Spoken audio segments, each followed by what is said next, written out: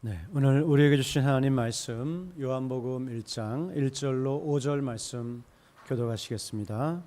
요한복음 1장 1절로 5절 말씀 되겠습니다. 요한복음 1장 1절로 5절 말씀. 요한복음 1장 1절로 5절 말씀입니다.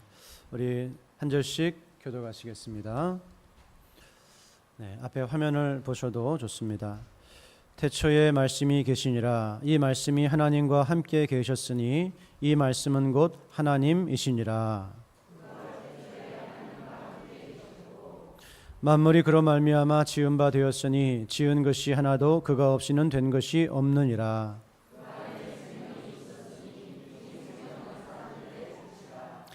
빛이 어둠에 비치되 어둠이 깨닫지 못하더라. 아멘. 네, 귀한 찬양 감사합니다. 하나님 아버지, 이 시간 예배 가운데 우리에게 말씀하여 주옵소서. 우리는 잘 듣기를 원합니다. 오직 하나님 말씀만을 전하게 하여 주시고, 또한 사람의 이성이 아니라 성령님의 감동하심으로 깨닫는 시간이 될 수 있도록 인도하여 주옵소서. 예수님의 이름으로 간절히 기도드렸사옵나이다. 아멘. 네, 우리 무더운 한 주 동안 잘들 지내셨습니까? 네, 우리 성가대 찬양은 정말 우리 교회만 듣기에 너무 아까운, 하나님께 물론 영광을 돌려드리는 시간이지만 정말 우리 교회만 듣기엔 너무 아까운 것 같습니다. 한번 방송을 한번 알아봐야 되나요? 예, 오늘도 너무나 귀한 은혜를 끼쳐 주셔서 감사를 드립니다. 우리가 요한복음 말씀을 몇 번 좀 생각해 보기를 원하는데요. 우리가 이 세상을 살아가면서 참 많은 지식이 있고, 또 어떤 지식은 반드시 알아야 되는 그런 지식들이 있습니다. 하지만 하나님을 알고 예수님을 아는 지식이야말로 반드시 필요한 지식이고, 또 절대로 없어서는 안 되는 지식이죠. 요한복음 17장에 보면 하나님을 알고 예수님을 아는 것이 영생이다, 이렇게 말씀을 합니다. 다른 어떤 작은 것이 아니라 영생을 얻기 위해서는 하나님을 알고 예수님을 알아야 된다. 물론 여기서 아는 것이 단순히 지식적으로 말하는 것은 아니지만 하나님과의, 예수님과의 인격적인 그런 알을 이야기하는 것이지만, 지식적으로 그분이 어떤 분인지를 아는 건 역시 포함하고 있는 그런 내용입니다. 그래서 여러분, 예수님에 대한 지식이 더욱더 굳세어지고 풍성해지시기를 주님의 이름으로 간절히 축원합니다. 제가 어떤 유튜브 쇼트 영상을 본 것을 한번 말씀드린 적이 있는데요. 어떤 할머니가 치매에 걸렸어요. 그래서 나중에는 가족도 못 알아봅니다. 딸이 엄마나 누구야 물어보니까 딸도 못 알아봐요. 그런데 딸이 좀 장난삼아서 엄마, 예수님은 누구지? 그랬더니 할머니의 눈이 반짝하고 빛이 나더라고요. 그러면서 나 그분 알지. I know him. He's my savior. 나 그분 알지. 그분은 나의 구원자야. 그렇게 이제 대답을 하시더라고요. 그걸 보면서 참 마음이 얼마나 제 마음이 은혜를 많이 받았는지 모릅니다. 어떤 그런 화려하고 웅변적인 설교보다도 이 할머니의 그 신앙 고백 한마디, 이 신앙 고백이 정말 귀한 것이구나. 우리 모쪼록 저와 여러분도 다 잊어버려도 예수님은 잊지 않으시고, 정말 모든 것이 다 잊혀져 가도 예수님이 나의 구원자이십니다. 이 고백 여러분 끝까지 붙들고 살아가시기를 꼭 주님의 이름으로 간절히 축원합니다. 그런데 오늘 말씀을 통해서 우리가 예수님에 대해서 몇 가지를 앞으로 조금 생각해 보기를 원하는데요. 먼저 1절 말씀을 보시면 태초에 말씀이 계시니라. 이 말씀이 하나님과 함께 계셨으니 이 말씀은 곧 하나님이시니라. 네, 우리 마태, 마가, 누가, 요한복음을 4복음서라고 그럽니다. 그 중에서 마태, 마가, 누가복음을 공관복음이다 이렇게 이야기하죠. 그래서 공관, 보는 관점이 비슷하다. 어떤 점에서 비슷한가? 예수님께서 이 땅에 아기 예수로 태어나시고 성장하시고 사역하시고 죽으시고 부활하시고 승천하신 그런 관점에서 예수님을 소개하고 있습니다. 그래서 어떻게 보면은 이제 귀납적이라고 할 수가 있죠. 여러 가지 근거를 이야기하고 그리고 이분이 하나님의 아들 구원자다 이렇게 이제 증거를 하고 있는 것이죠. 그러나 요한복음은 좀 연역적이다. 굳이 말씀드리면 먼저 결론을 딱 이야기하고 결론에 대한 근거를 쭉 이제 언급을 하는 그런 식입니다. 그래서 요한복음 1장에 보게 되면 벌써 예수님이 어떤 분이신지 거의 다 모든 걸 다 이야기하고 있어요. 그리고 왜 그런지에 대해서 쭉 말씀해 나가고 있는 거죠. 이 요한복음을 별명이 있는데요. 독수리 복음이다 그렇게 이야기하기도 합니다. 왜냐하면 마치 저 높은 곳에서 아래를 내려다보는 것처럼 이렇게 위에서 모든 것, 예수님에 대한 모든 것을 조망해 주기 때문에 독수리 복음 이렇게 이야기하기도 합니다. 어쨌든 우리는 요한복음을 통해서 공관복음이 말씀하지 않는 많은 말씀도 들을 수 있고 또 예수님에 대한 그런 부분들을 많이 알 수가 있습니다. 모쪼록 이 시간들을 통해서 예수님에 대한 그런 지식, 또 확신, 신앙 고백 이것이 우리에게 더욱더 크게 있어지기를 정말 간절히 소원합니다. 그런데 오늘 예수님에 대해서 소개하면서 사도 요한은 태초에 말씀이 계시니라 이렇게 말씀을 하죠. 태초에. 여러분 태초에라고 하는 그런 표현을 좀 어디서 많이 듣던 표현 아닌가요? 성경 어디에 나오죠? 네, 그렇죠. 창세기 1장 1절 말씀 보면 태초에 하나님이 천지를 창조하시니라 이렇게 말씀합니다.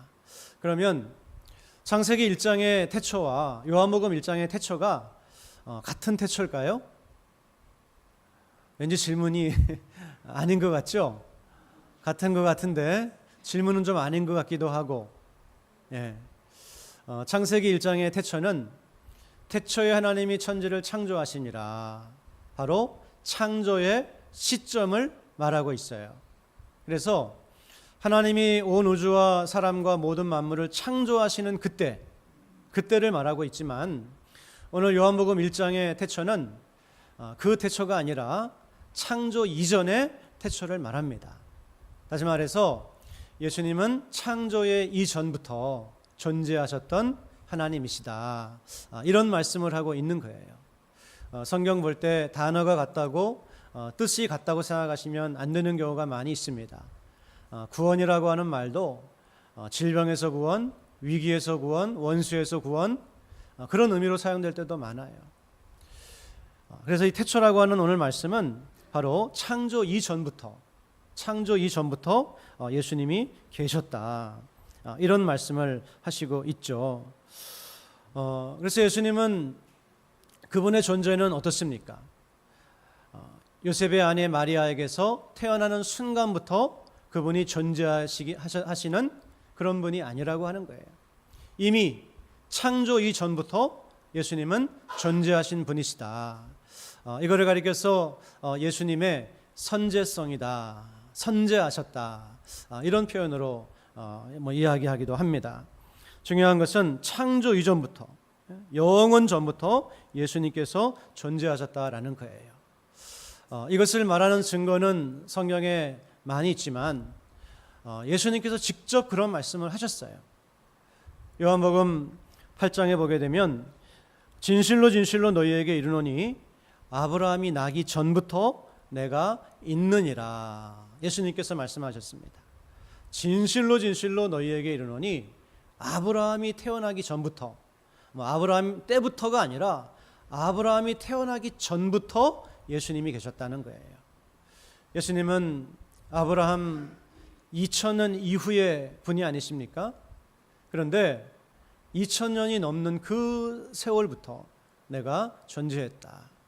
그 말을 듣는 그것이 무엇을 의미하는지를 너무나 잘 알았기 때문에 이 말을 듣자마자 돌을 들어서 예수님을 때려 죽이려고 하는 그런 이제 액션을 취하게 됩니다.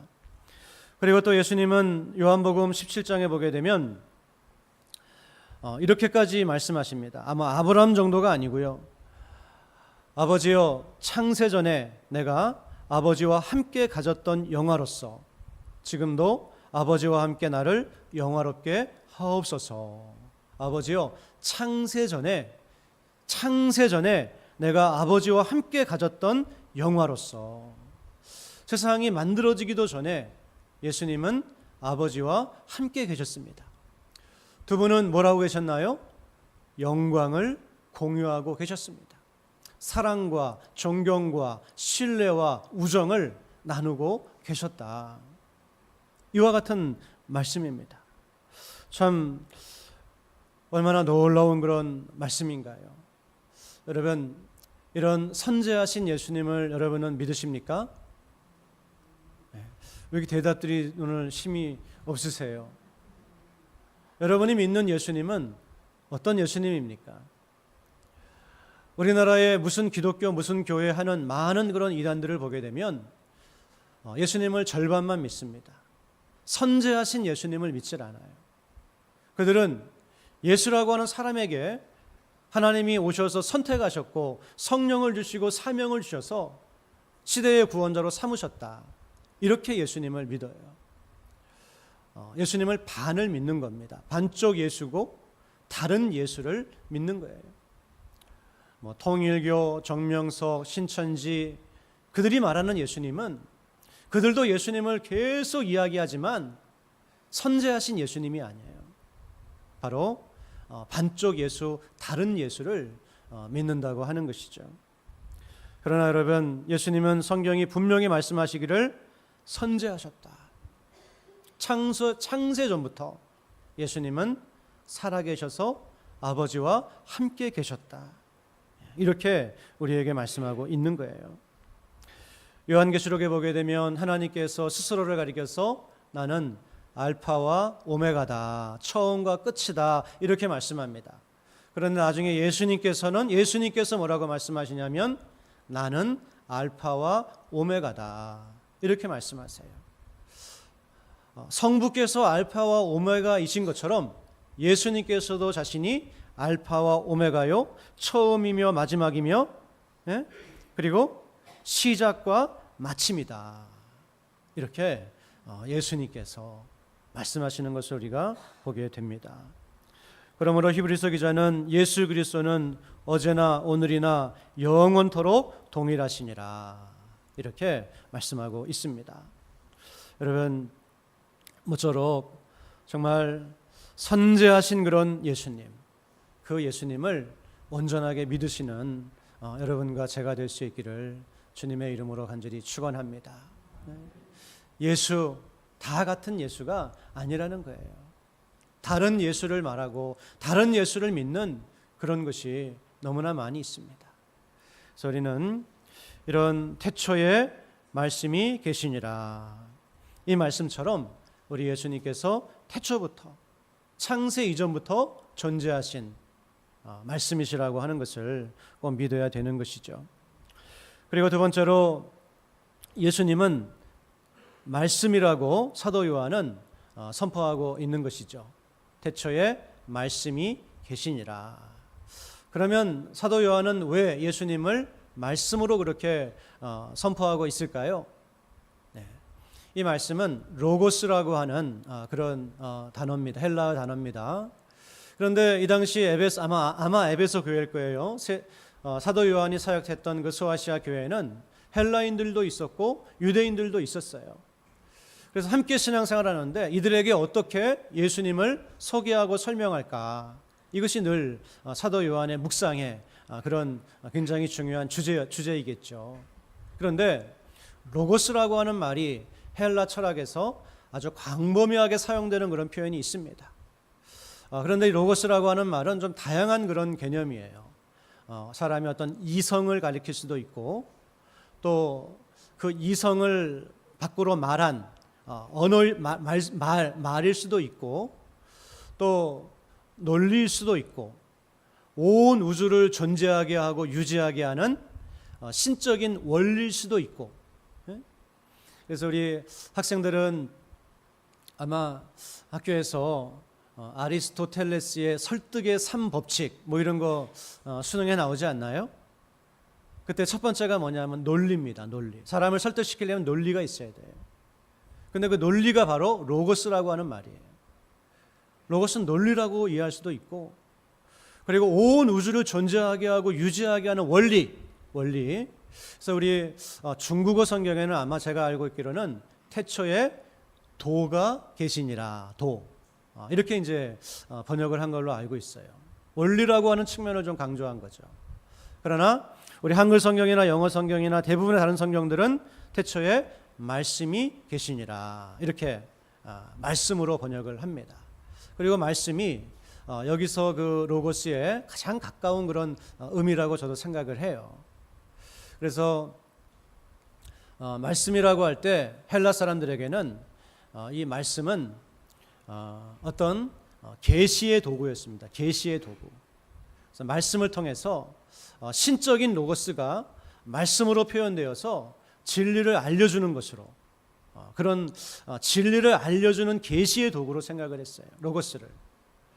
그리고 헬라 사람들은 지식을 통해서 구원받는다고 생각했기 때문에 로고스를 구원의 수단으로 또 그렇게 생각을 했어요. 한마디로 로고스 하면 진리를 알 수 있는 방법, 구원을 받을 수 있는 방법, 이렇게 생각을 한 거예요. 그런데 아주 공교롭게도 유대인들에게도 말씀이라고 하는 것은 굉장히 독특한 의미가 있죠. 하나님이 세상을 창조하실 때 뭘로 창조하셨습니까? 말씀으로 창조하신 거예요. 그리고 하나님을 계시해 주시는데 무엇으로 계시해 주시죠? 말씀으로 계시해 주시는 거예요. 그리고 어떻게 구원을 받습니까? 말씀을 통해서 하나님을 알게 되면 믿음을 가지고 구원을 받게 되죠. 그래서 헬라 사람들과 유대 사람들에게 예수님을 설명하는데, 이 예수님이 하나님을 우리에게 알려주시는 분이다. 그리고 예수님이 우리에게 구원을 주시는 분이다. 이거를 설명하는 데 있어서 로고스라고 하는 개념이 아주 유용했던 거예요. 그래서 예수님을 로고스다. 이렇게 설명을 하고 있는 것입니다. 그래서 그 말씀, 로고스를 좀 자세하게 말씀하는데 어떻게 말씀하죠? 3절 말씀. 만물이 그로 말미암아 지은 바 되었으니 지은 것이 하나도 그가 없이는 된 것이 없느니라. 예수님이 창조주라는 거예요. 창조주. 그리고 우리 18절 말씀을 보면 본래 하나님을 본 사람이 없으되 아버지 품속에 있는 독생하신 하나님이 나타내셨느니라. 예수님이 하나님을 우리에게 계시해 주시는 분이라는 거예요. 예수님은 세상을 창조하신 분이고 또 하나님을 우리에게 알려주시는 분이다. 그런 의미에서 로고스다, 이런 표현을 쓰고 있는 것이죠. 그래서 여러분, 이처럼 사도 요한은 자신의 사랑하는 교회들에게, 또한 모든 사람들에게 예수님이 누구라고 말씀합니까? 하나님을 우리에게 완전하게 알려주시는 분, 그분이라는 거예요. 그리고 하나님이 말씀으로 세상을 창조하신 것처럼 예수님이 바로 이 세상을 창조하신 분, 단순히 태초부터 하나님과 함께 계셨던 분에서 더 나아가서 이제는 예수님이 창조주시고 이 땅에 오셔서 직접 우리에게 삶과 말씀으로 하나님을 알려주신 그와 같은 분이시다. 여러분, 예수님은 창조주이심을 여러분은 믿습니까? 이 말씀에 대해서 알고 계십니까? 성경이 너무나 많은 본문들이 그렇게 증거하고 있어요. 대표적으로 우리 고린도전서 8장과 골로새서 1장 말씀만 다 같이 한번 읽어보도록 하겠습니다. 골로새서 8장, 화면에 좀 띄워주실 수 없나요? 골로새서 8장과 고린도전서 8장 6절 말씀과 골로새서 1장 16절 말씀, 우리 한번 2번입니다. 말씀이신 예수님, 다 같이 한번 읽겠습니다. 시작. 그러나 우리에게는 한 하나님 곧 아버지가 계시니 만물이 그에게서 났고 우리도 그를 위하여 있고 또한 한 주 예수 그리스도께서 계시니 만물이 그로 말미암고 우리도 그로 말미암아 있느니라. 아멘. 만물이 예수님으로 말미암고 또한 심지어 우리도 예수님으로 말미암아 있느니라. 예수님이 창조주가 되신다는 거예요. 그리고 골로새서 1장 16절 말씀도 다 같이 한번 읽겠습니다. 시작. 만물이 그에게서 창조되되 하늘과 땅에서 보이는 것들과 보이지 않는 것들과 혹은 왕권들이나 주권들이나 통치자들이나 권세들이나 만물이 다 그로 말미암고 그를 위하여 창조되었고. 네. 심지어 이런 눈에 보이는 피조 세계뿐만이 아니라 보이지 않는 영적인 세계, 이 모든 세계까지 예수님을 통해서 창조가 되었다. 이렇게 말씀하고 있는 거예요. 참 어떻습니까? 우리가 사람 예수님 믿는 거는 믿을 수 있습니다. 좋은 선생으로 믿을 수 있고 또 하나님이 부르신 선지자 이 정도로 믿을 수가 있어요. 지금도 이슬람 사람들도 다 예수님을 그 정도로 믿습니다. 세상 사람들도 믿습니다. 그러나 성경은 그 정도로 예수님을 말씀하지 않아요. 그 정도로만 예수님을 믿었다고 한다면 예수님도 십자가에 죽으실 필요가 없는 것이고 초대교회가 그 많은 순교의 피를 흘릴 이유도 없었던 것이죠. 그냥 다른 종교들과 섞여서 그렇게 함께 살아갈 수가 있었을 거예요. 그러나 오늘 말씀이 증거하는 대로 믿었기 때문에 교회가 그렇게 핍박을 당하고 어려움을 당했던 거 아닙니까? 그래서 이처럼 예수님을 태초의 말씀이 계시니라 말씀하세요. 그러면서 결국 사도 요한이 예수님에 대해서 우리에게 하고 싶은 말씀은 무엇입니까?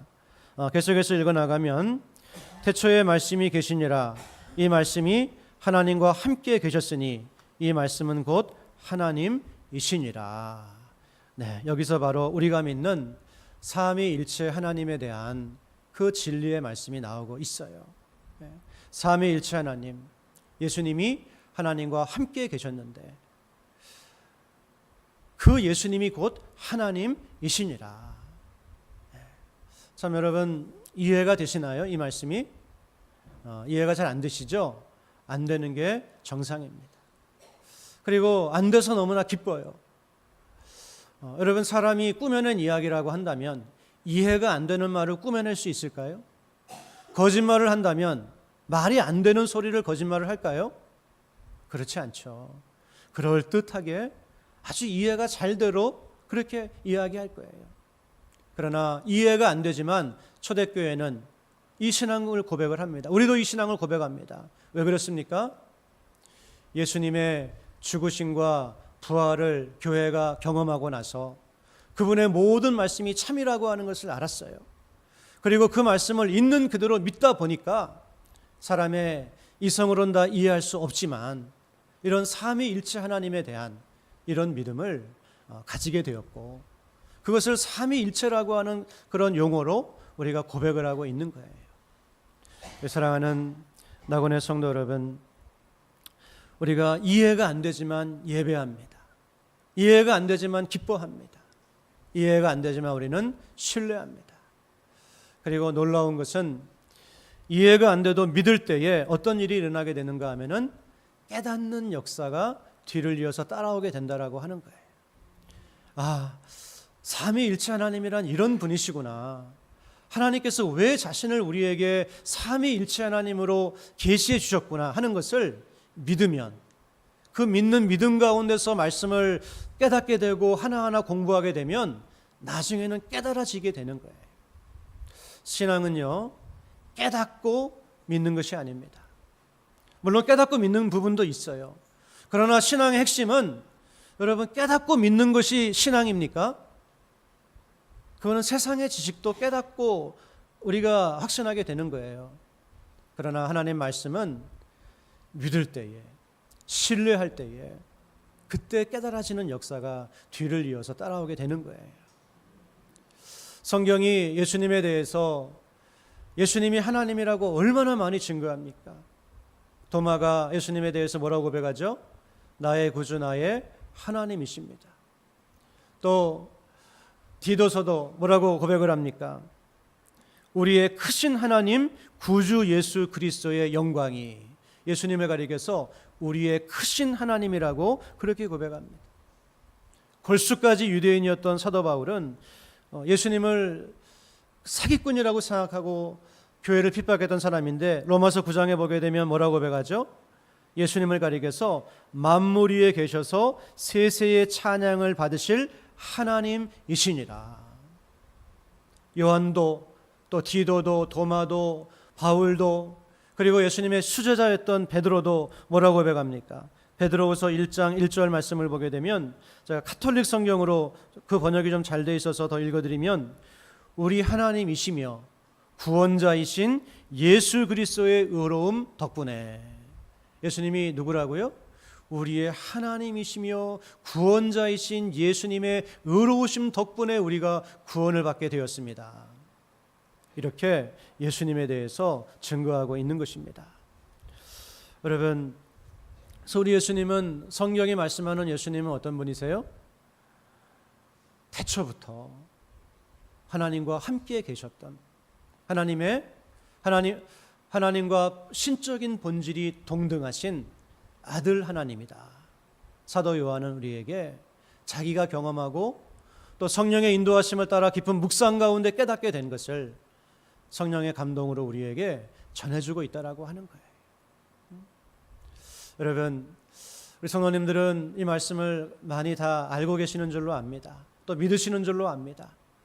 그런데 예수님이 하나님이시라고 하는 것이 좀 마음에 깊이 와닿고, 그 말씀의 영광 앞에 좀 압도되고, 그 말씀으로 인하여서 정말 예수님이 하나님이구나 하는 것에 대해서 여러분 한번 크게 좀 깨달아 본, 감동받아 본 그런 경험이 있으십니까?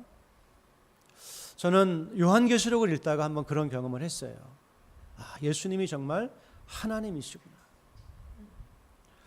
특별히 요한복음 5장의 말씀을 보게 되면, 제가 주보에도 적어놨는데요, 주보에는 요한계시록 5장 13절 말씀만을 이렇게 적어놨지만, 제가 11절 말씀부터 한번 읽어드리도록 하겠습니다. 요한계시록 5장 11절 말씀, 우리 13절 말씀은 다 같이 한번 읽겠습니다. 11절 말씀부터 제가 읽겠습니다.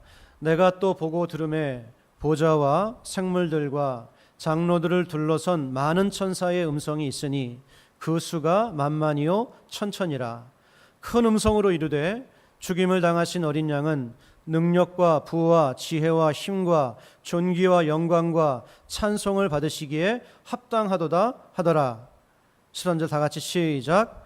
내가 또 들으니 하늘 위에와 땅 위에와 땅 아래와 바다 위에와 또 그 가운데 모든 피조물이 이르되 보좌에 앉으신 이와 어린 양에게 찬송과 존귀와 영광과 권능을 세세토록 돌릴지어다 하니. 아멘. 저는 이 말씀을 읽다가 크게 아주 좀 은혜를 받았고 감동을 했어요. 예수님이 하나님이시구나 알고 있었지만 마음 깊은 곳에서 다시 한번 깨닫게 되었어요. 이 말씀의 내용이 뭡니까?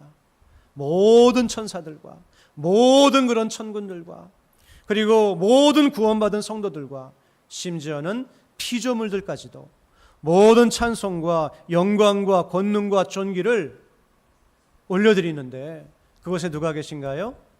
보좌에 앉으신 분과 어린 양이 계셨다고 그랬어요. 보좌에 앉으신 분은 성부 하나님이시고 어린 양은 예수님 아닙니까?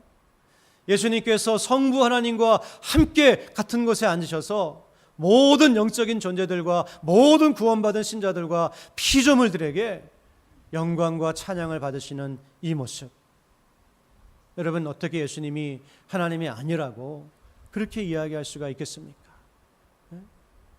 그래서 우리가 믿는 예수님, 이 땅에는 33년이라고 하는 잠깐의 시간을 살다 가셨지만 우리가 믿는 예수님은 이와 같은 예수님이시구나, 하나님과 함께 영광을 공유하셨던, 지금도 그 찬송을 받고 계시는 하나님이시구나 하는 것을 깨닫게 됩니다.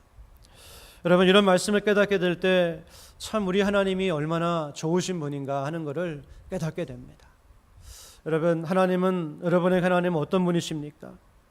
혹시 나에 대해서 무관심한 분으로 좀 그렇게 느껴지시는 하나님이 아닙니까? 죽도록 기도해도 찔끔 응답해 주시는 그런 하나님은 아니십니까? 나에게 째째한 사랑으로 째째하게 사랑해 주시는 그런 하나님은 아니십니까? 빌립보서 2장을 보니까 그는 근본 하나님의 본체시나 하나님과 동등됨을 취할 것으로 여기지 아니하시고 오히려 자기를 비워 종의 형체를 가지사 사람들과 같이 되셨고 사람의 모양으로 나타나사 자기를 낮추시고 죽기까지 복종하셨으니 그 십자가에 죽으심이라. 요한계시록 5장에서 이런 영광과 이런 찬양을 받으시는 어린 양, 이런 찬양을 받으시는 아들 하나님께서 그 영광을 내려놓으시고 사람의 몸을 입고 이 땅에 오셔서 저와 여러분을 위해서 십자가에 죽기까지 나를 사랑해 주신 그 예수님이라고, 보내주신 하나님이라고 성경은 그렇게 말씀하고 있는 것입니다. 사랑하는 여러분, 우리가 오늘 이 삼위일체의 말씀은 여기에서 멈춰야 됩니다. 더 갈 수가 없어요. 저도 다 이해할 수 없지만, 저도 다 알 수 없지만 분명히 믿습니다. 그리고 믿는 가운데서 깨달아지는 많은 은혜가 있어요. 우리 사랑하는 낙원의 성도 여러분, 이 예수님을 온전하게 믿으시기를 주님의 이름으로 간절히 축원합니다. 예수님이 십자가에서 고통당해서 죽으신 그것이 그분의 모습의 전부가 아니에요. 사람이 인성이 그분의 전부가 아니에요. 예수님의 신성과 인성을 온전히 고백할 때 여기에 우리가 믿는 모든 것이 사실은 다 담겨 있는 것이죠. 그리고 마지막으로 이런 예수님에 대해서 말씀하면서 4절 말씀을 보게 되면 이렇게 말씀합니다. 그 안에 생명이 있었으니 이 생명은 사람들의 빛이라. 네. 그 안에는 누굽니까? 예수님 안에 생명이 있다는 거예요. 그리고 이 생명은 사람들을 어둠에서 건져주는 빛이다. 이렇게 말씀합니다. 생명은 요한복음의 중요한 주제입니다. 그래서 공관복음은 주로 하나님 나라를 많이 이야기하지만 요한복음은 주로 생명을 말하는데 생명은 영생이라고 하는 말과 같은 뜻이에요. 그런데 여러분, 영생이 어디에 있습니까? 예수님 안에 있다 말씀하는 거예요. 요한복음 3장 16절 말씀에 하나님이 세상을 이처럼 사랑하사 독생자를 주셨으니 이는 저를 믿는 자마다 멸망하지 않고 영생을 얻게 하려 함이라. 우리에게 영생을 주시기 위해서 예수님이 오셨습니다. 그럼 여러분, 영생을 받기 위해서는 어떻게 해야 되죠? 영생은 눈에 보입니까? 만질 수 있습니까?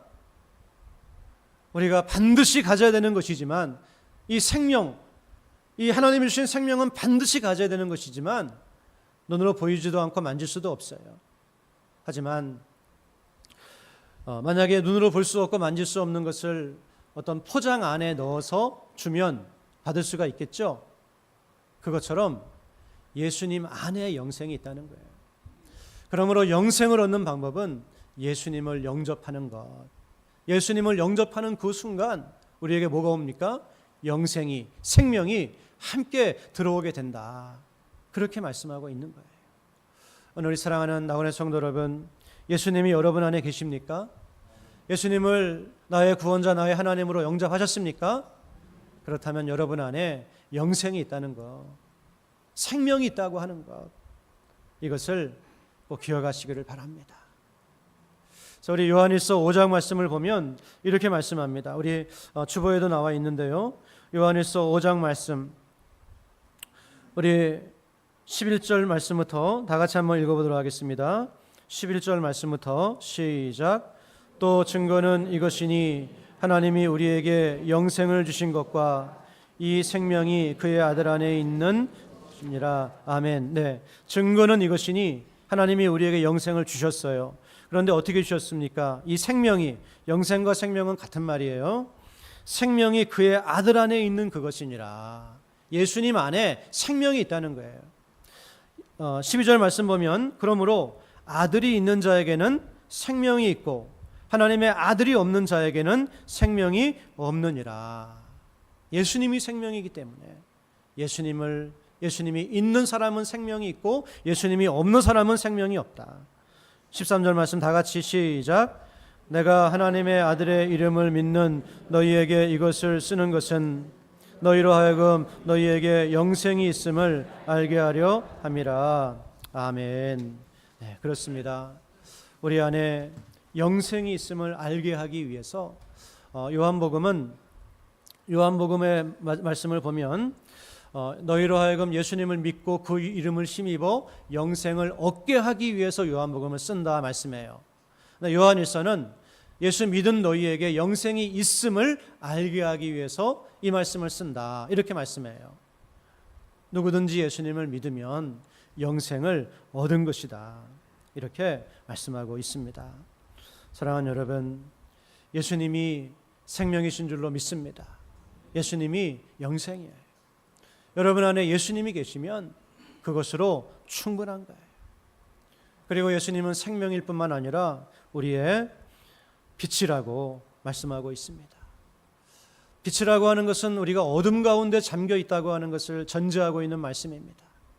한 가지 예만 말씀을 드리면 하나님을 떠나 있는 사람들은 어둠 가운데 살아가고 있는 거예요.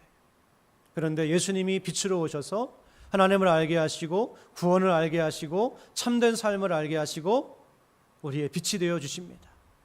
저는 성경 말씀에 예수님을 빛으로 고백하는 많은 본문들이 있는데 그 중에서 가장 감격적인 그런 그 말씀 한 가지는 가늠하다 붙잡힌 여인이 예수님께 현장에서 잡혀왔어요. 남자는 어디 가고 여자만 잡혀왔습니다. 그 수치와 그 좌절과 그 두려움을 한번 생각해 보십시오. 이 여인 주변으로 많은 사람들이 돌을 들고 때려 죽이려고 예수님께 묻고 있습니다. 죽여야 됩니까? 말아야 됩니까? 그때 예수님께서는 누구든지 죄 없는 자는 치라. 다 가버리죠. 그때 예수님께서 말씀하시기를 나는 너를 정죄하지 아니하노니 가서 다시는 죄를 범하지 말라. 예수께서 또 말씀하여 이르시되 나는 세상의 빛이니 나를 따르는 자는 어둠에 다니지 아니하고 생명의 빛을 얻으리라. 이 가늠하다가 붙잡혀온 여인에게 나는 세상의 빛이니 나를 따르면 너도 생명의 빛을 얻게 될 것이다. 이렇게 말씀하고 있습니다. 그 수치와 그 절망과 그 좌절 가운데 있는 여인, 여러분 사실은 우리의 모습 아닙니까? 하나님의 심판대 앞에 있는 우리의 모습이에요. 그런데 그 예수님께서 너희가 이제는 나를 따르라. 세상에 비친 나를 따르라. 그러면 생명의 빛을 얻게 될 것이다. 예수님이 주시는 구원을 우리에게 그렇게 말씀하고 있어요. 사랑하는 여러분, 오늘 우리 찬양을 드리면서 저는 얼마나 마음이 기뻤는지 몰라요. 나의 평생에 가장 잘한 일은 내가 예수님을 만난 것입니다. 내 평생에 가장 복된 일은 내가 예수님을 주로 섬긴 것입니다. 나는 후회하지 않습니다. 그렇습니다. 오늘 우리의 삶 속에서 여러분 예수님이 나와 함께하고 계심을 다시 한번 기억하시기를 바랍니다. 그리고 그 예수님이 어떤 분이신지를 분명하게 확신하시고 분명하게 믿으시고 분명하게 주님의 손을 붙드시고 그분과 함께 남은 인생을 걸어가는 우리 낙원의 모든 성도님들 다 되시기를 주님의 이름으로 간절히 축원합니다. 하나님 아버지, 참으로 깊은 어둠 가운데 있고 사망 아래에 있는 우리에게 예수님께서 그 하늘의 영광스러운 보좌 위에서 내려오셔서 십자가의 자리까지 내려오심으로 우리에게 생명을 주시고 우리를 빛의 자녀로 삼아주심을 참으로 감사를 드립니다. 아버지 하나님, 예수님이 나의 구원자이시며 나의 하나님이심을 죽는 날까지 날마다 고백하게 하여 주시고 그것이 나의 힘이 되게 하시고 능력이 되게 하시고 소망이 되게 하시고 위로가 되게 하여 주시고 나의 평생에 이 고백 붙들고 살아갈 수 있는 우리 낙원의 모든 성도님들과 부족한 제가 될 수 있도록 성령님 인도하여 주옵소서. 모든 것 감사드리며 예수님의 이름으로 기도드렸습니다. 아멘.